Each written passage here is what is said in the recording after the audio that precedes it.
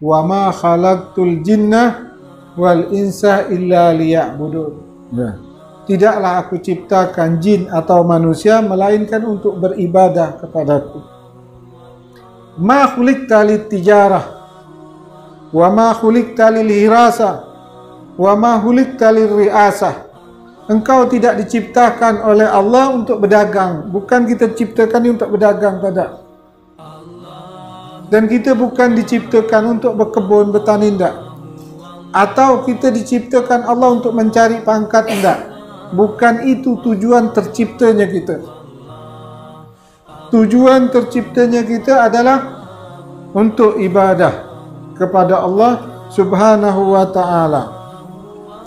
Orang yang memahami ini, orang yang memahami tujuan terciptanya dia untuk beribadah, lalu dia pergi beribadah pada Allah kerana dia tahu bahawa dia diciptakan untuk ibadah, dan dia memahami dan mengerti, lalu dia pergi beribadah kepada Allah. Ini yang dinamakan orang yang mendapat petunjuk yang lurus. Ihdinas siratal mustaqim. Dia berada di jalan yang lurus.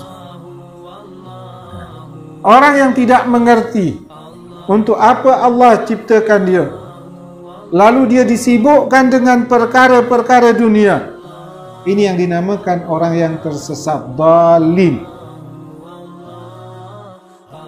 Agama tidak melarang kita untuk pintar berdagang, tidak dilarang.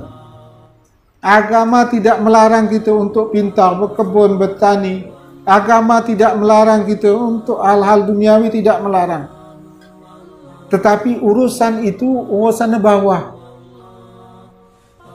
Yang atas urusan ibadah. Yang artinya yang utama kau pintar dulu masalah agama. Kau faham dulu masalah ibadah.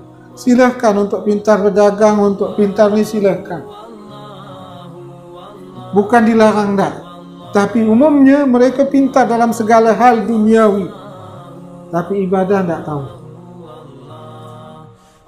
Padahal tujuan terciptanya dia untuk apa? Untuk ibadah. Jelas ayuhal ikhwan. Ini yang dinamakan jalan yang lurus atau tersesat.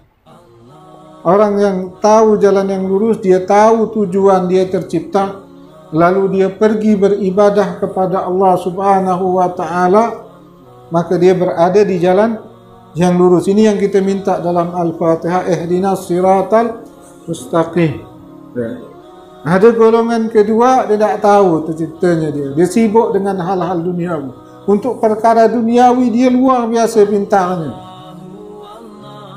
Apapun perkara duniawi dia pakar. Tapi untuk ibadah dia tak tahu.